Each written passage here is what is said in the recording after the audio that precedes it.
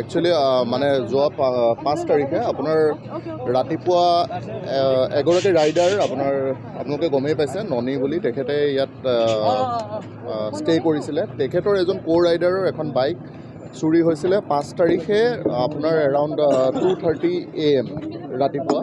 আৰু কিন্তু তেওঁলোকে অতি আশ্চৰ্যজনকভাৱে পুলিচক কোৱাৰ আগতে বস্তুটো ভাইৰেল কৰি দিলে আৰু সেইটো আপোনাৰ 11টা বজাত তেখেতৰ যিজন মানে বাইকৰ অ'নাৰ আছিলে তেখেতৰ ৰাইডাৰ তেখেতে যিটো FIR দিলে সেইমতে আমাৰ এটা 140 কেছ ৰেজিষ্টাৰ কৰা হ'ল আৰু আমাৰ CP ছাৰ DCP ছাৰৰ নেতৃত্বত এটা মানে অভিযান তেতিয়াৰ পৰাই টায়াৰলেছলি কৰা হ'ল আৰু সেইটো কৰি পেলাই কালি ৰাতি আমি 4 দিনৰ পাছত কালি ৰাতি আমি বাইকখন ৰিকভাৰ কৰিবলৈ সক্ষম হ'লোঁ আপোনাৰ ফকীৰগঞ্জৰ প্ৰেম বজাৰ বুলি এটা এৰিয়াত। আৰু তাৰ পৰা আমি দুজন এই যিটো মানে ক্ৰাইমটোত কমিশ্যনিং অফ ক্ৰাইমত ইনভলভ আছিলে দুজন ব্যক্তি তেওঁলোকক এৰেষ্ট কৰিবলৈ সক্ষম হৈছোঁ।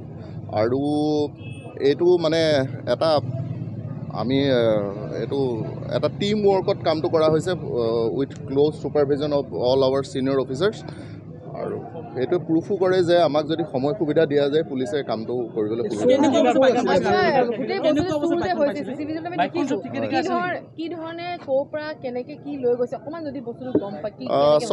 সকলোতো পাৰ্ট অফ ইনভেষ্টিগেশ্যন হয়। মই সকলো ডিছক্ল'জ নকৰিম, কিন্তু তেওঁলোকে বাইকখন ৰিচিভ কৰিছে আৰু তেওঁলোক মানে পাৰ্ট অফ দ্য গেং হয় আৰু তেওঁলোকে এইটো বাইকখন ইয়াৰ পৰা চুৰ কৰি এখন বহিৰাজ্য বা বহিৰাষ্ট্ৰলৈ পঠিয়াবৰ বাবে যোজা কৰিছিলে। তেনেকুৱাতে আমাৰ মানে ইণ্টেলিজেঞ্চ লগোৱা হৈছিলে, ইমান দিন কৰি পেলাই ডিটেক্ট কৰা হৈছে।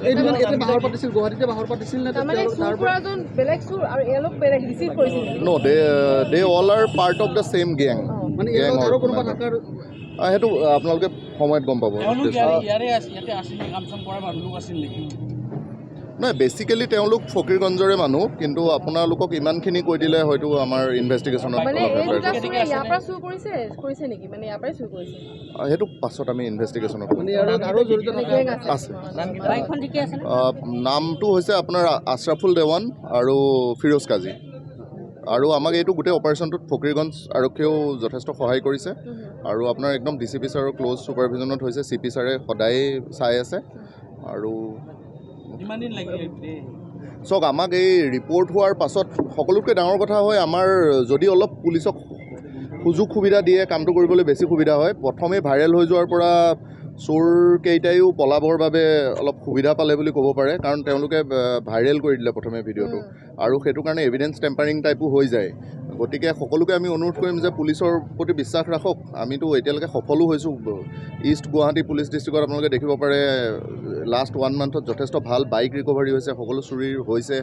গতিকে সেইটো সময় সুবিধা দিলে হৈ যায়, কিন্তু 4 দিনত মই ভাবোঁ যে এইটো যথেষ্ট ভাল ৰিকভাৰী হৈছে। ক্ষতিটো তেনেকৈ দেখা নাই, ষ্টিকাৰ অলপ আছিলে, ষ্টিকাৰখিনি আঁতৰাইছে। বাকী লুকাইটো সেইটো ৰাখিবই আৰু বাকী সিহঁতকেইটাক ঘৰৰ পৰাই ধৰা হৈছে। বাইকখন ইমান দিন ঘৰতে আছিলে, কিন্তু যেতিয়া আপোনাৰ এজনক ধৰি দিয়া হ'ল তেতিয়া তেওঁ ডিছপ্লেচ কৰিব বিচাৰিছিলে এটাৰ জেগাত, তেতিয়া ৰাস্তাৰ পৰাই ফকীৰগঞ্জ আৰক্ষীৰ সহযোগত ধৰা হৈছে। সকলোৱে আজিৰ তাৰিখত অসম আৰক্ষীক ধন্যবাদ জনাইছে, বিশেষকৈ তেওঁ অতিথি আছিলে। গতিকে যিটো ঘটনা হ'ল আপোনালোকে এতিয়া আজিৰ তাৰিখত উদ্ধাৰ কৰিলে, সকলোৱে ধন্যবাদ জনাইছে। সমান্তৰালভাৱে আৰু এটা প্ৰশ্ন হৈছে যে তেওঁ ৰাইডাৰ হয়, ছ'চিয়েল মিডিয়াত কথাটো দিলে, সামাজিক মাধ্যম বা মিডিয়াৰ কথাটো ক'লে, সেইটো কাৰণে সেইখন বাইক পালে। কিন্তু বহুত এনেকুৱা বাইক চুৰি হয় অসমত, সেইবিলাক ক্ষেত্ৰত গোটেই অসমৰ কথাটো মই ক'ব নোৱাৰোঁ, কিন্তু আপুনি সাধাৰণ নাগৰিকেও দেখিব পাৰে বশিষ্ঠ থানা, দিছপুৰ থানা, এই লাষ্ট 1 মান্থ চাব পাৰে আমাৰ নতুন CP ছাৰ, মানে নতুন নহয়, CP ছাৰৰ বা আমাৰ DCP ছাৰৰ নেতৃত্বত বা আমাৰ নেতৃত্বতে যিমানখিনি বাইক ৰিকভাৰ হৈছে যথেষ্ট। সকলো কেছত চোৱা হয়, কিছুমান কেছত মেৰিট নাথাকে, কিছুমান কেছত আপোনাৰ 100% চিয়ৰিটিটো নহয়, কিন্তু যথেষ্ট ৰিকভাৰী হৈছে। ভাইৰেল কৰাৰ কাৰণে ইমান দিন লাগিল নেকি ৰিকভাৰীৰ ক্ষেত্ৰত? এটা কথা হয় আপোনাৰ, মই ভাবোঁ মানে আমাৰ সকলোৱে ক'ব যে ক্ৰাইম এটা হ'লে সদায় পুলিচক প্ৰথম জনাব লাগে, কাৰণ এভিডেঞ্চ টেম্পাৰিঙৰ কথাটোও থাকে আৰু সকলো সজাগ হৈ যায় দিয়কচোন। যিকোনো খবৰৰ বাবে যোগাযোগ কৰক 7099017330 লগতে 7099017110 নম্বৰত।